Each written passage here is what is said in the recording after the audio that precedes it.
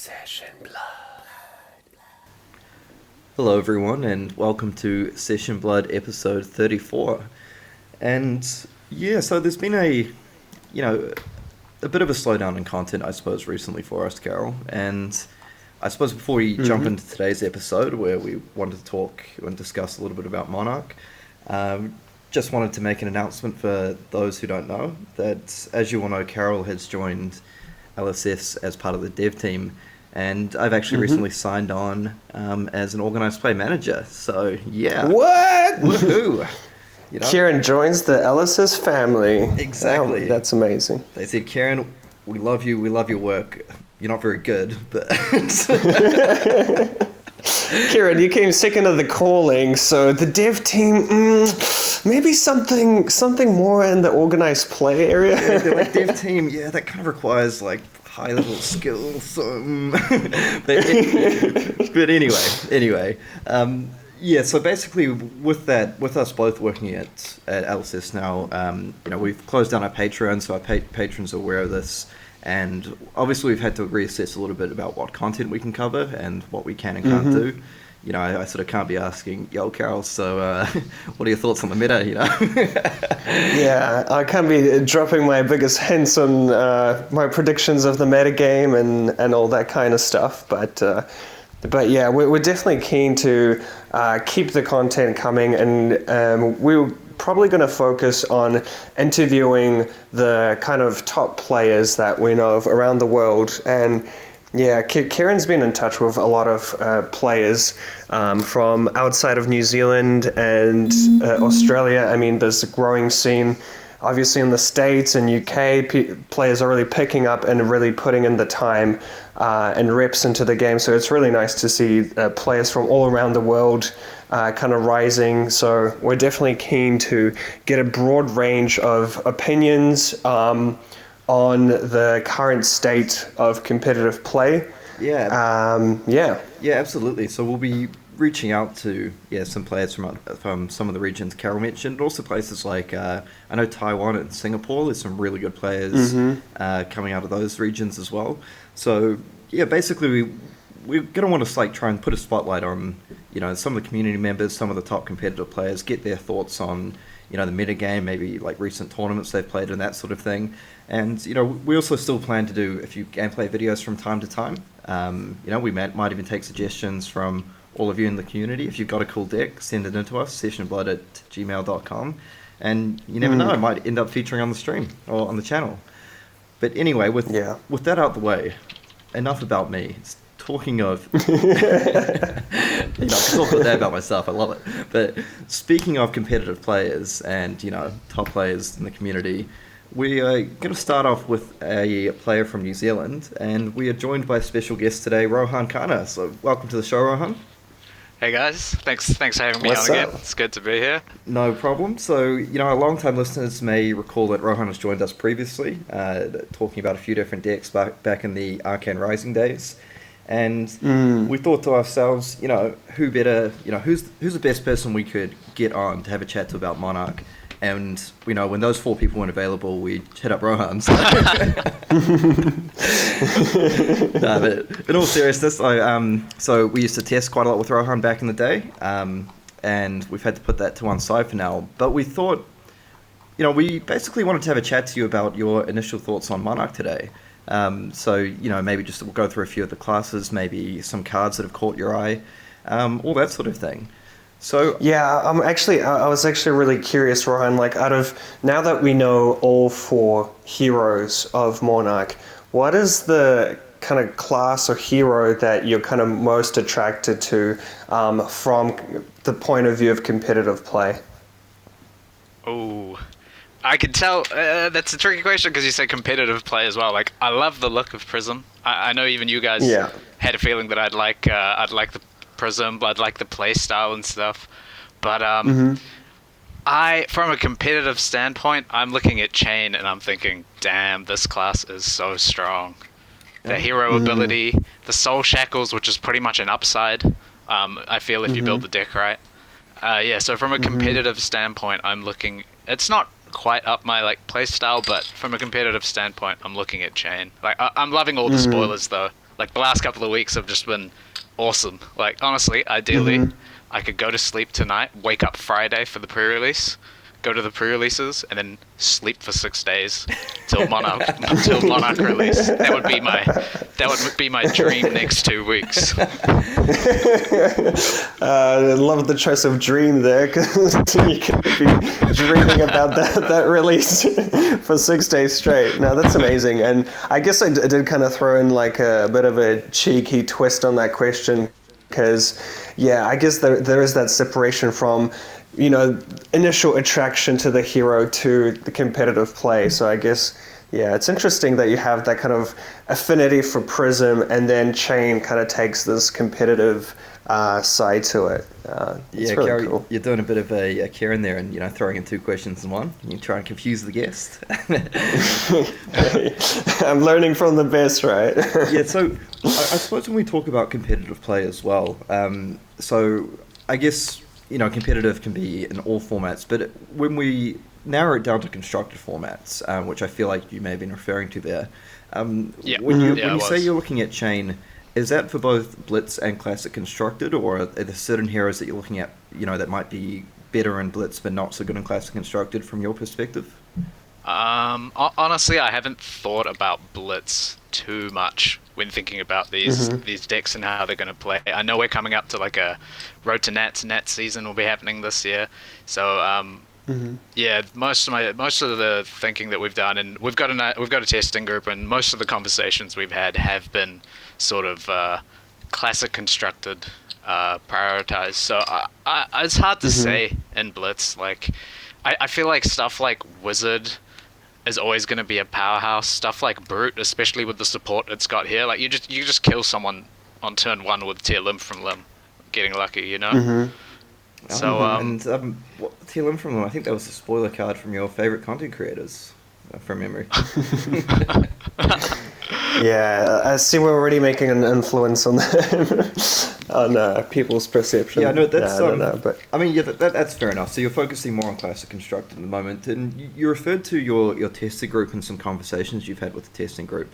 Now, have these conversations, has that extended to sort of doing some sort of early testing? Because I know that I've seen around the interwebs that certain people have put up links to play some of these cards on TTS already from what's been spoiled. Has that been something your testing group's been doing, or has it more just been sort of conversations about what may or may not work at the moment? Yeah, man. So as you guys probably know, we're fiends for Fab. So we got our friend Antonio to write up a script to grab all the photos from your website, from the card gallery, and we bootlegged them onto TTS, and we just started playing. Like we don't have all the cards. Like we're playing Prism without the Light Legendary or a Prism Legendary. We don't know what they are, but we still had to get in there and play some games. So obviously, a lot of the thoughts we have right now. Like I'm a bit wary with these speculations because I feel like when past sets have come out, you sort of look at a class and you go, oh my god, we've never seen this stuff before. Look at that, Ranger looks sick. And it's true. And then like a month or two into the meta, you're like, oh my god, this is nowhere near what I thought it would be. Ranger's way more broken than I thought. It's this all is way stronger than I've ever imagined. All right, so if we zero in and Chain for a minute, because that seems to be the class that you mentioned that you had an eye on. Are there particular cards or a particular strategy? I'm not going to ask you to reveal all your team secrets or anything, but are there sort of certain cards that you consider like a must include in the deck, or like a certain just general strategy that you've been building towards with your initial testing? Oh yeah, I'm happy to share that. So the thing we noticed that was really, really strong, because at first we kind of played a Chain deck that wasn't really all in on Blood Debt. It was kind of like just your standard aggressive deck. I think the first version we made had like Scars and Nimbleisms and stuff, and we put that in the bin pretty quickly.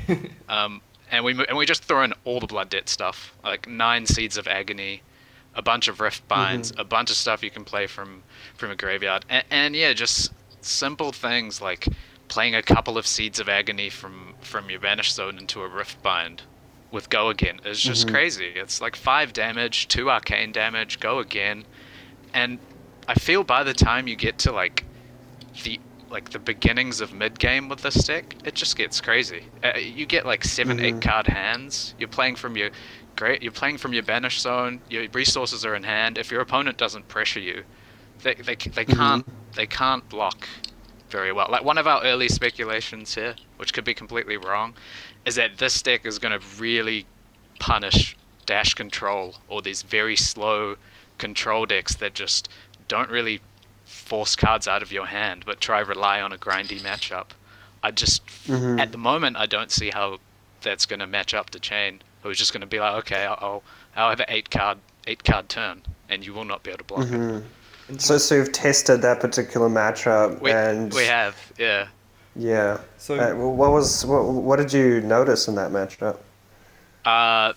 Pretty much that. We just found that by mid game, Dash can't actually block all the damage, and Chain sort of just ignores the pistols and just swings in with these huge turns, mixes of arcane damage and physical damage, cards coming out the graveyard, playing like 3-4 attacks, like cards like Shadow Puppetry. Such a good shadow action. Yeah, so when one thing you mentioned there is that you've sort of looked at going more heavily into cards that feature Blood Dead.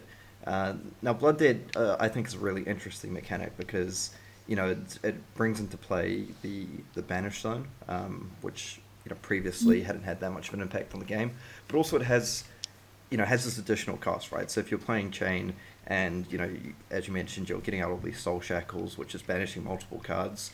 Like, have you found that sort of a tricky interaction to navigate there? Like the potential about losing a whole bunch of life each turn to Blood Dead, or are you finding that not sort of a huge concern in some of the matchups that you've tested so far?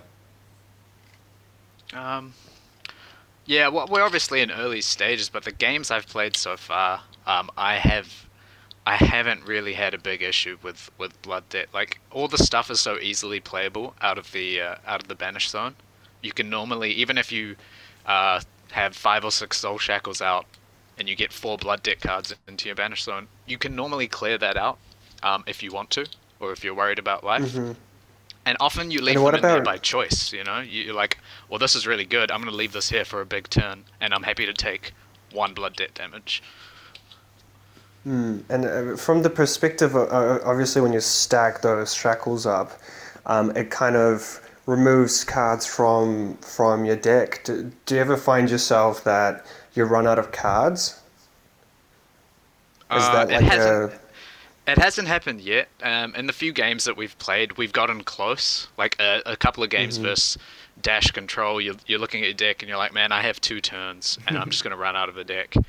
But often at that point, with the amount of cards you're putting into your Banish Zone, as long as you draw like a blue or 2, your turns are just so massive.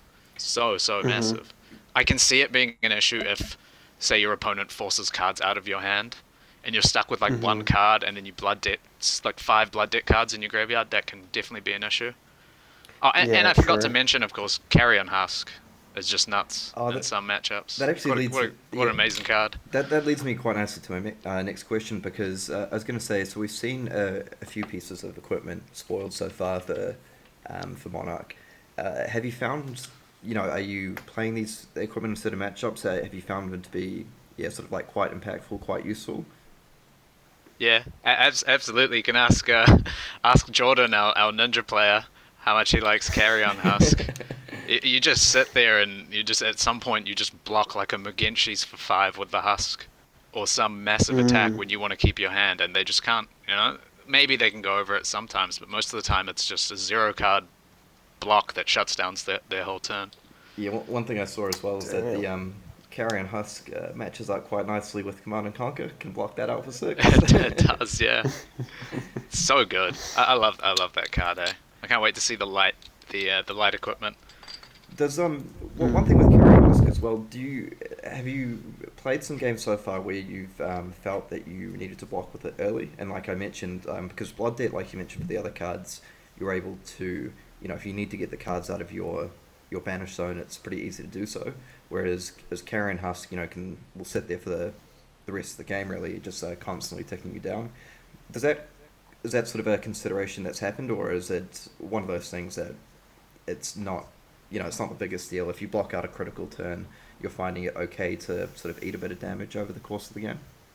Yeah, so we're still figuring all these details out, but there was definitely one game where I think I blocked like in the first couple of turns, and by the end I'd taken at least six damage from the husk. So I think it's definitely a concern, and yeah, I can see if you block with it too early, it can come back to bite you. Because like it's an effective block of like if you're just talking about vanilla damage, which I guess you never would block.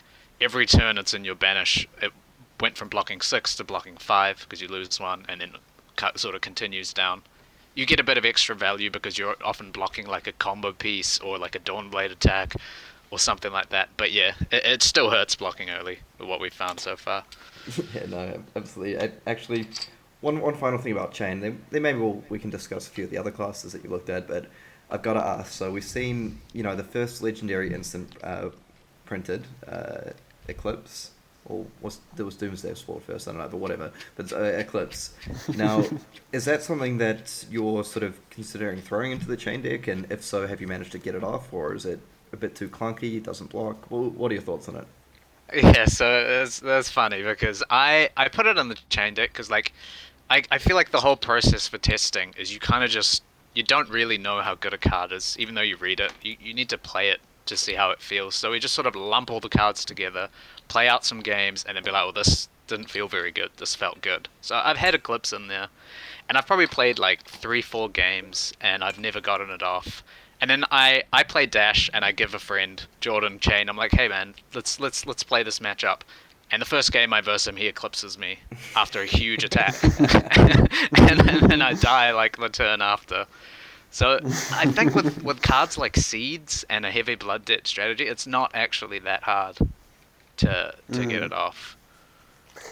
And even then, I mean, like, if you do get an Eclipse off, I feel like there's been a lot of kind of discussion back and forth in the community being, oh, these allies, they're not actually that good, or, you get this token and it dies straight away, or people are saying that this is, broken, this is really overpowered, and it's been a very contentious topic. What's your take on the allies in general? Yeah, okay, so I was guilty of that when I because we saw the instance, we didn't know what the allies were, and you start speculating like, oh, it's going to be a build around, it's going to be something crazy, and then you see the ally, and when it first came out, I was a bit, my initial thoughts were like, I'm a little bit underwhelmed because they just die, like you said, but then the more you think about it, the better they actually seem because they come out. There, chances are, or there's a chance you can attack with it straight away. Maybe you can't. But the absolute minimum it does is it forces your opponent to waste a turn killing your ally. It essentially gains you 6 life in that way, If you can attack with it, it also gives you a free attack for 6. And especially with Eclipse, chances are if you've played 6 blood deck cards, you've stripped a couple of cards from your opponent's hand, maybe 3 cards from your opponent's hand. At which point the card gets really, really good. Because you Eclipse, maybe you attack, and then they're in a situation where they probably can't kill it. They actually probably just can't kill it on their turn because they've defended. And then it's just huge. It's getting you 2 attacks for 6. What does it do? It gets go again against light heroes or something like that? Yeah, if they have a card in their soul. Cards in their soul, it gets go again. Yeah. So I initially didn't. I was a little underwhelmed, but I think they're really, really good. Like, yeah. I think they're well balanced. To be honest, they're not like OP. You can't make a build around deck, but when you get it off, you get a big advantage. And actually, on the topic of allies, because we the other class in the set that we've seen, that has the other legendary instant that can summon an ally is Doomsday, by Levia. Now, you're saying that you feel the allies are pretty strong. Has Have you had a look at building sort of a Levia deck so far? Whether it be, I mean, actually, you mentioned you're focusing on classic constructed. Carol and I are both big Brute fans. Has that been something you've looked into as well? So I haven't built a Levia deck, but I have played against one. One of the people in our testing team, Jordan, he made a Levia deck, and he's been playing around with it. So I haven't played it personally, but I know how it plays, and I've seen sort of what it can do. And what are your initial Interesting. thoughts? Do you think there's something in there, or it's not quite your cup of tea, or? Levia. So, initial thoughts on Levia is it's got an amazing mid game. Amazing mid game. Once you've got some cards in your graveyard, um, you can start throwing out these huge attacks. You can start recurring deep-rooted evil with the banishes and stuff. Obviously, we haven't seen all the cards yet. I don't. I think we're actually missing quite a few from Levia, like 3 common cycles, a rare cycle, a majestic. So it's hard to say anything at the moment. But what we found from the few games we've played is that we couldn't figure out what to do in the end game, because like if you are forced to block on a turn, or you miss one turn where you can't trigger your hero ability, you're taking so much damage. Unlike Chain, you can't actually get blood debt stuff out of your graveyard. Oh, that's so interesting. So you're finding yourself in a position where you might have the tempo, but then you have like an off turn, and then you get stuck with these cards in your graveyard with blood debt. Your opponent has a big turn, and then they get stuck there, and you take sort of more and more and more damage. Yeah. Yeah, you leak some damage blocking, then you can't banish something, so you take another like 6-7 blood debt damage, and then it's back to your opponent. It seems to like snowball out late game from what we've played so far, which is only a few games. There we have it. Quote from Rohan: "Levia trash." We'll see if you Save that for the vault. Yeah, And what about some of the light heroes? You said that you were quite taken by Prism. Have you tested her in Classic Constructed? Yeah, so me and a couple of friends, like last night, we were talking about how to build Prism, building up some decks. We had it versus Dash Control. Like I think a good thing for anyone starting to test. Obviously, it won't be relevant later, but you may as well test it versus the benchmarks of the old meta, which I would say are like Warrior and Dash. Because if you test two new decks together, you don't really learn anything. You don't know if they're both good. Maybe they're both trash. Maybe one's good, one's trash. You don't really have like a control to measure it against, right? So we like to just throw these new decks into like Dash Control or Warrior and see what happens. And the results were not good with Prism. Not good. We played it into that's interesting. we played it into Dash Control, but it's the mid range deck, and we just had the Dash deck sideboard into the full aggro build, the one you'd normally play in Mirror or against Wizard. So it's high octanes, it's tomes, it's pretty much a full mech deck.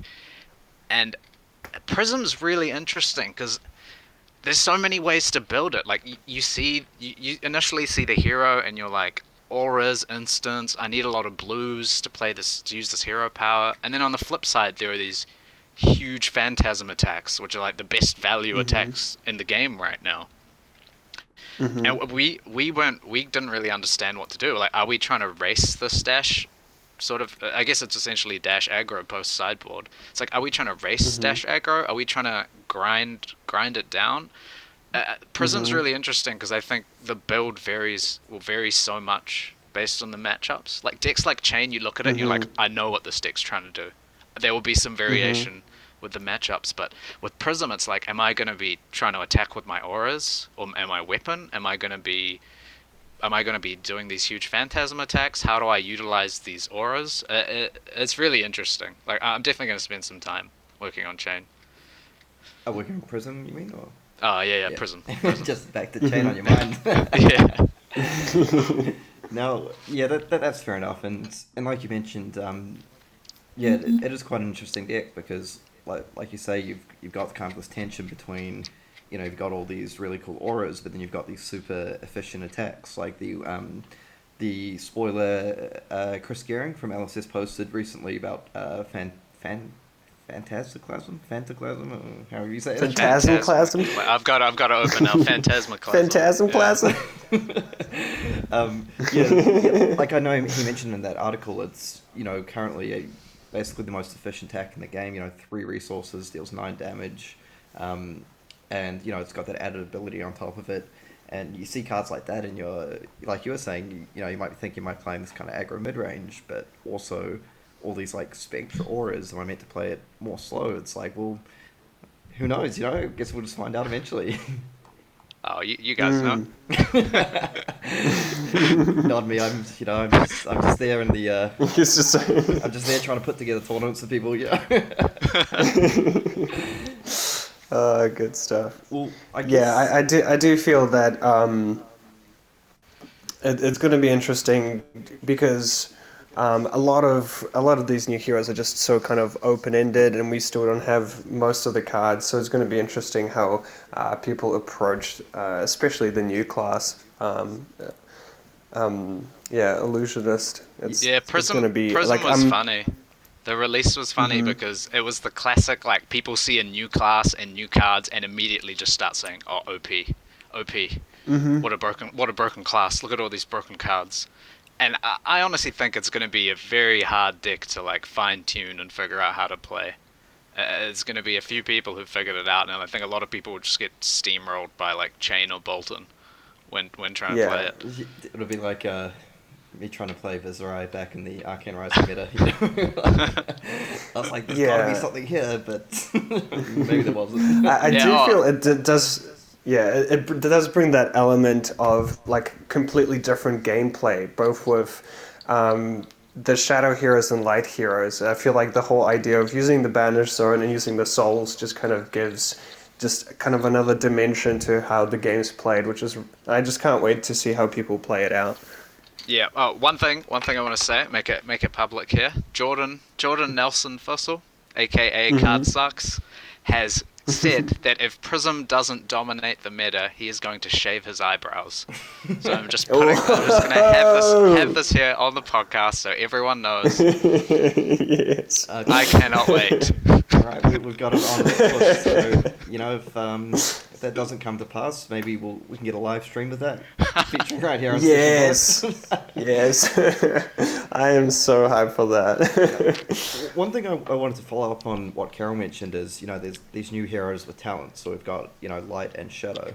Now, I've seen a lot of discussion online about, people talking about things like power creep. And, some people have the opinion that, because these new heroes have talents and because they have access to a wider card pool, some of the heroes that are coming back, such as Runeblade, Warrior, for example, Brute, that they are just clearly superior to the old heroes, the ones from Welcome to Wraith and Arcane Rising. Now, I know it's very, very, very early on in the process, we don't even have all the cards yet, but is that sort of an opinion that you agree with, or do you think, we need a bit more information? I just wanted to get your thoughts on that in general. So initial thoughts, I think the old heroes that got support this set might still be viable. So like Warrior, but not Bolton. Who else got it? Maybe not Viserai. Maybe not Viserai, but also Rhina. It's got some pretty good cards. Like, let's be honest, for Brute, not Shadow Brute, but just Brute.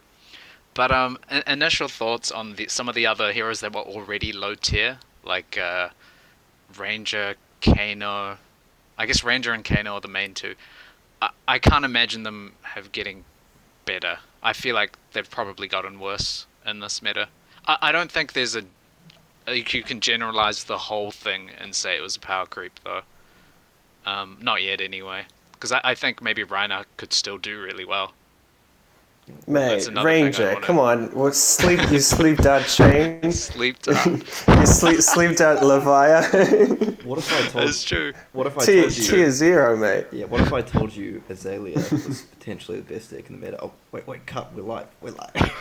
I'll shave my eyebrows, bro. If Azalea is dominating the meta in 2 months, I will also shave my eyebrows. Wait, Carol, can we cut that so I don't get fired? I'm just glad we have both of those statements on record.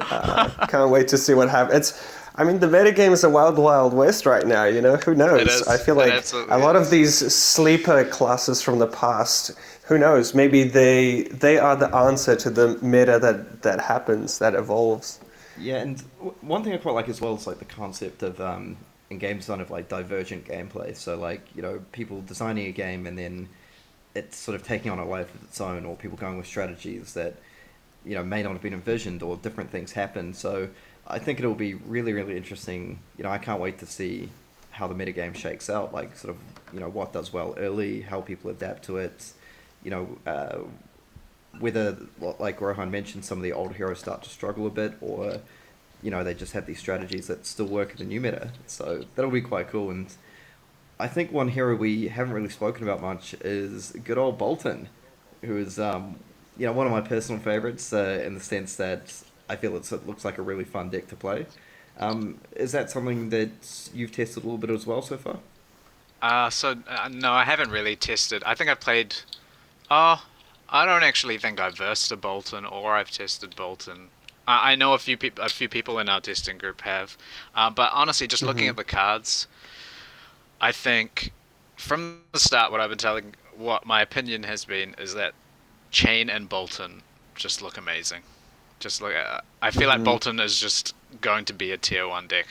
Again, that's based on pretty much nothing because I haven't played the deck, but just looking at the cards, you just look at the power level of individual cards and you're just like, what is that? That is so strong. So it's kind of like, I was watching The Sopranos last night and they were talking about music. The guy was saying, Here we go. the guy's listening to the song, right? He's like, look, it's not my thing, but the one constant music is like a hit is a hit. So like maybe we could say, a tier 1 hero is a tier 1 hero when you see it, you know it. But whether Rohan is correct or not, who knows? He hasn't played, hasn't seen it, hasn't played or played against it. I haven't seen all the cards. Maybe Kieran, maybe you'll shave your eyebrows if that's not the case. I don't want to get the involved. soprano eyebrow shave. I don't want to get involved in this nonsense, but I guess, and that's the thing. To everyone listening, we are sort of putting Rohan on the spot a bit here because, like we've mentioned multiple times, not all the cards have been released yet. So it's just basically testing with a lot of unknowns in the format, and it's very very very early on. And saying that if he gets something wrong, just feel free to call him a noob. Types of the game. Yeah. And it's a bit harder with the light heroes because we don't even know the light legendary equipment, so we don't really know what that slot's gonna look like. Yeah, and I mean, in terms of we've covered a lot of the constructed format, but we have at the moment we have pre-release coming up, and let's talk more limited. Let's talk about sealed and the kind of pre-release weekend. Do you have kind of any deck ideas or like even archetypes in those from the cards that you've seen that you want to try out? What's your take on the sealed format? So I was talking to someone about this today. I think unless I get a really good pool, again I could be completely wrong, but I'd be tempted to avoid the shadow heroes because I feel like Chain might deck itself out too quickly. The 30 card decks, right? Like obviously you can play more, but I'd be worried about blood debt. Like I need a critical amount of blood debt to actually play that in sealed. And Levia, I'd just be worried like if I can't consistently turn on my hero power, I'm gonna have a really really bad time in sealed. Like you can't play a 20 life game and take like 6 damage end of turn. True. So that's an interesting. So when you say for Chain that you're worried about fatigue, would that be like a similar concern to say playing like an aggressive dash deck and Arcane Rising with boost? Is that kind of what you're comparing it to in your mind? Yeah, that is pretty much what I'm comparing it to. Like you have this sort of outlet to have huge turns, but if you can't capitalize on the Soul Shackles and the cards in your banish zone, you're at risk of just getting blocked out completely. Honestly, looking at this, I am tempted to play Prism Pile. Get a bunch of blue cards, get my Prism, get some cards that block for 3 and just fatigue people out. Hey, what's the best thing about a Phantasm? They all block for 3. Exactly. You'll see me on the weekend. You might with have a 6 Prism power pile. cards, but... So speaking of pre-releases, are you signed up to a bunch of pre-releases this weekend? Yeah, I'm signed up to 3, so I'm going Friday night, and then 2 on Saturday, and I'm looking forward to it. Yeah. So, and when you mentioned, I know you've mentioned sort of Prism as one of the early decks you're looking at for sealed. What are your thoughts on? Because you mentioned the light heroes. What are your thoughts on something like Bolton as well in the sealed deck? Yeah, I think that's another one that could be really good. Like, aside from a really big pool, my sort of vague strategy at the moment would just be go Bolton or Prism.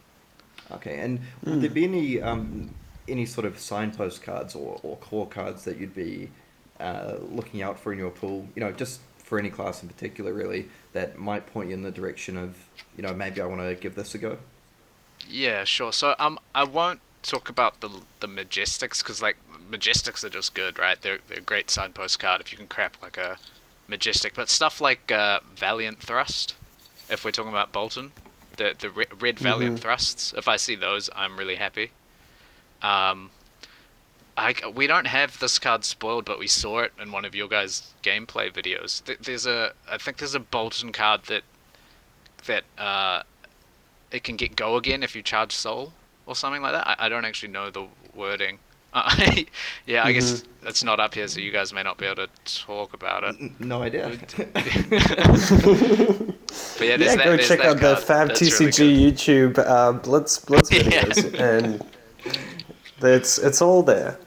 Oh yeah, so those would be a couple of cards you're kind of looking at, because actually I don't even know what the rarities are, so I'll just leave that be. Those are rare. I think Valiant Thrusts are rare, and I think the other ones are common, actually.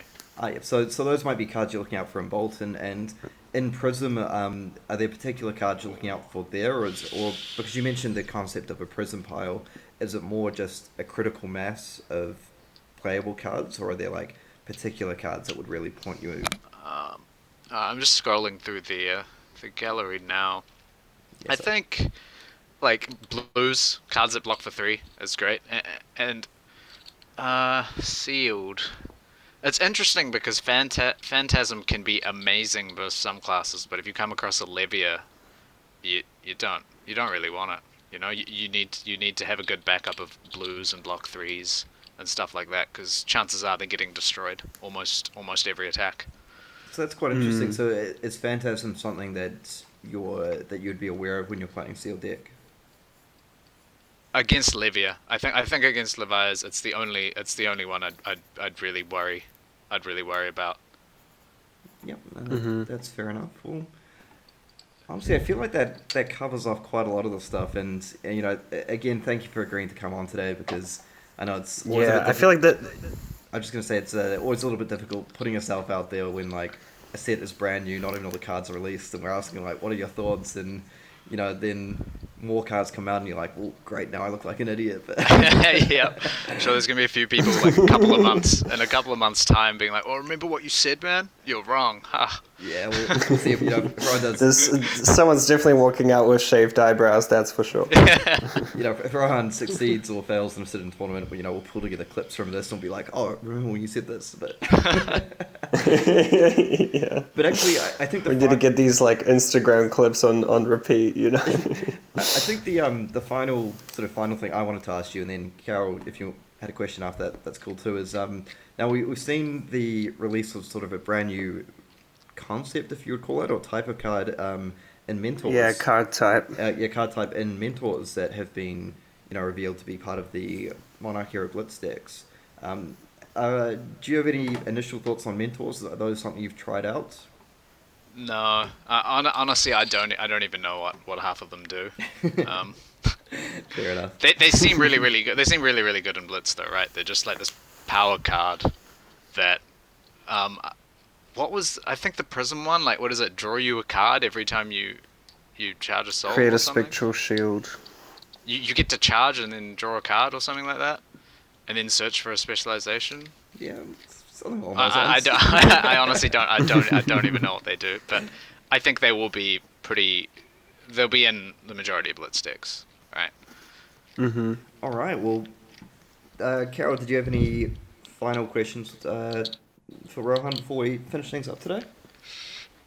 I just wanted to say that it's really awesome to hear your thoughts, and yeah, it does take a little bit of courage to come on a show and talk about a set that hasn't been fully spoiled. But I was really, especially talking about pre-release, and I just hope that all the listeners out there who are either waiting for release of the set to crack some packs, got some decent info from you on how you are going to tackle the set. Maybe that will give some people some ideas. So cheers for that. Oh, thanks. It was great to be on here, man. I enjoyed it. No, well, yeah, thank you very much, and I look forward to crushing you at a pre-release this weekend. And then coming back on next weekend saying, oh yeah, and then Rohan got really lucky. But honestly, yeah, thank you very much for jumping on with us today. And one final thing, again, we want to throw out there to people, if you have some really cool deck ideas, whether it be for like Blitz, Classic, Constructed, once all the cards are out there in the wild, and you have an idea for a deck and you want to send it through to us, please do, sessionblood@gmail.com, and we may look to feature that in a gameplay video sometime. Yeah, that's awesome. Cheers for listening, everybody. Alright, and we'll catch you next week.